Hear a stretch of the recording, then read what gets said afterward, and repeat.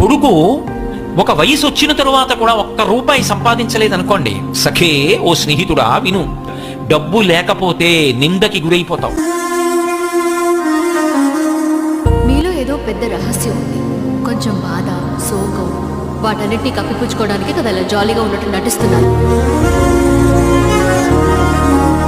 భార్య కూడా ప్రియమార ఆలింగనం చేసుకోదు. డబ్బు లేకపోతే నిందకి గురైపోతావు.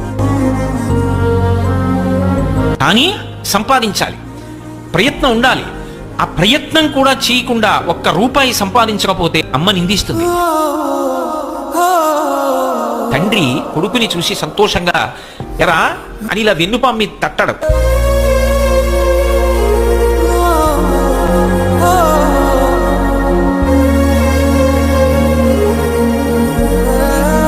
ఆ డబ్బు చేత లోకమునందు సమస్తమైన సుఖములు కలుగుతాయి.